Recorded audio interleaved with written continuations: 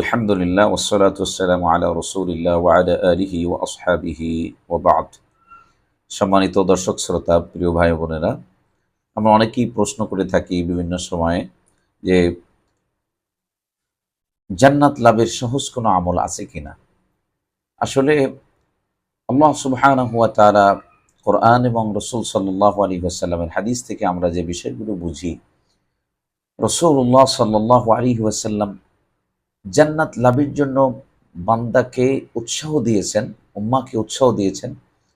কোরআনে কারীম আল্লাহ রাব্বুল আলামিন যেটা বলেছেন, মা আতাকুমুর রাসূলু ফাখুযুহু ওয়া মা নাহাকুম আনহু ফান্তাহু, যে আমার রাসূল তোমাদেরকে যা দিয়েছেন তা তোমরা ধরো এবং আমার রাসূল তোমাদেরকে যা থেকে নিষেধ করেছেন তা থেকে তোমরা বিরত থাকো।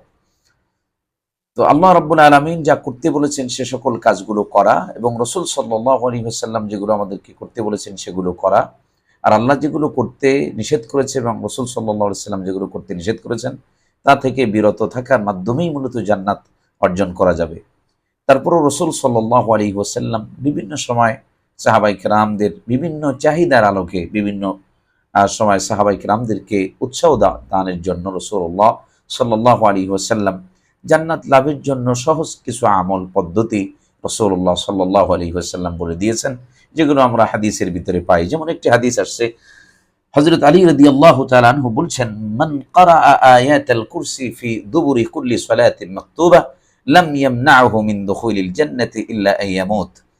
রাসূলুল্লাহ সাল্লাল্লাহু আলাইহি ওয়াসাল্লাম বলেন, যে ব্যক্তি প্রত্যেক ফরজ সালাতের পরে আয়াতুল কুরসি তেলাওয়াত করবে, জান্নাতে যাওয়ার জন্য শুধু মৃত্যুটাই বাধা।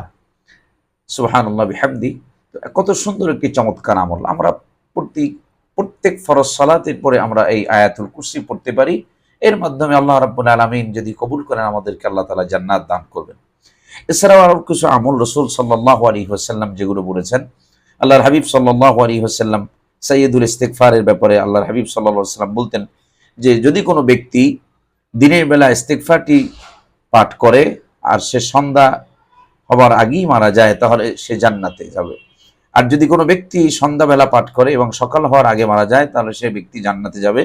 এবং হাদিসটি অত্যন্ত সহিহ একটি হাদিস, যেটি বুখারী শরীফের ৬০৬১ নম্বর হাদিস। আল্লাহর হাবিব সাল্লাল্লাহু আলাইহি সাল্লাম এত সুন্দরভাবে বলেছেন। তো সাইয়্যিদুল ইস্তিগফার অন্যতম একটি ক্ষমা প্রার্থনার জন্য অন্যতম একটি দোয়া। আমরা এটি অভ্যাস করতে পারি। অনেকেই সাইয়্যিদুল ইস্তিগফার আমরা পারি না, আমরা চেষ্টা করি। খুব অনেক বড় না, মোটামুটি ছোট। আলহামদুলিল্লাহ, আল্লাহ রাব্বুল আলামিনের হাবিব সাল্লাল্লাহু আলাইহি সাল্লাম আমাদেরকে শিখিয়েছেন, আল্লাহুম্মা আনতা রাব্বি লা ইলাহা ইল্লা আনতা খালাকতানি ওয়া আনা আবদুক ওয়া আনা আলা আহদিকা ওয়া ওয়া'দিকা মাস্তাতা'তু আউযু বিকা মিন শাররি মা সানা'তু আবু'ু লাকা বিনি'মাতিকা আলাইয়া আবু'ু লাকা বিযামবি ফাগফিরলি ফাইন্নাহু লা ইয়াগফিরুয যুনুবা ইল্লা আনতা। এই দোয়াটি আমরা চাইলে ইনশাআল্লাহ শিখতে পারবো। এরপরে রাসূলুল্লাহ সাল্লাল্লাহু আলাইহি ওয়াসাল্লাম বিশেষ করে মায়েদের বা নারীদের ক্ষেত্রে রাসূলুল্লাহ সাল্লাল্লাহু আলাইহি ওয়াসাল্লাম তার একটি হাদিস, আল্লাহর হাবিব বলতেন, ইজা সাল্লাতিল মারআতু খামসাহা ওয়া সামাত শাহরাহা ওয়া হাসসানাত ফারজাহা ওয়া আতাআত বালাহা দাখালাত মিন আইয়ি আবওয়াবিল জান্নাতি শাআত। রাসূলুল্লাহ সাল্লাল্লাহু আলাইহি ওয়াসাল্লাম বলেন, যদি কোনো মহিলা ৫ ওয়াক্ত সালাত আদায় করে এবং রমাদানে রোজা রাখে এবং স্বামীর পূর্ণ আনুগত্য করে এবং সতীত্ব হেফাজত করে, আল্লাহ রাব্বুল আলামিনের হাবিব বলেন, দাখালাত মিন আইয়ি আবওয়াবিল জান্নাহ, সে জান্নাতের যে কোনো দরজা দিয়ে প্রবেশ করতে পারবে। তো আসুন আমরা এই আমলগুলো করি। যারা বিশেষ করে আমাদের মা বোন যারা আছেন তারা দৈনিক ৫ ওয়াক্ত সালাত শরীর কোনো ওযুর ব্যতীত কখনোই আমাদের যেন ৫ ওয়াক্ত সালাত কখনোই যেন কোনো এক ওয়াক্ত সালাতও আমাদের থেকে ছুটে না যায় এবং রমাদানে রোজা রাখা, যথাসাধ্য স্বামীর আনুগত্য করা এবং নিজেদের ইজ্জত আবরু সম্ভ্রম এগুলো বজায় রাখা। আল্লাহ সুবহানাহু ওয়া তাআলা আমাদেরকে এই আমলগুলো করার তৌফিক দান করেন। আমিন।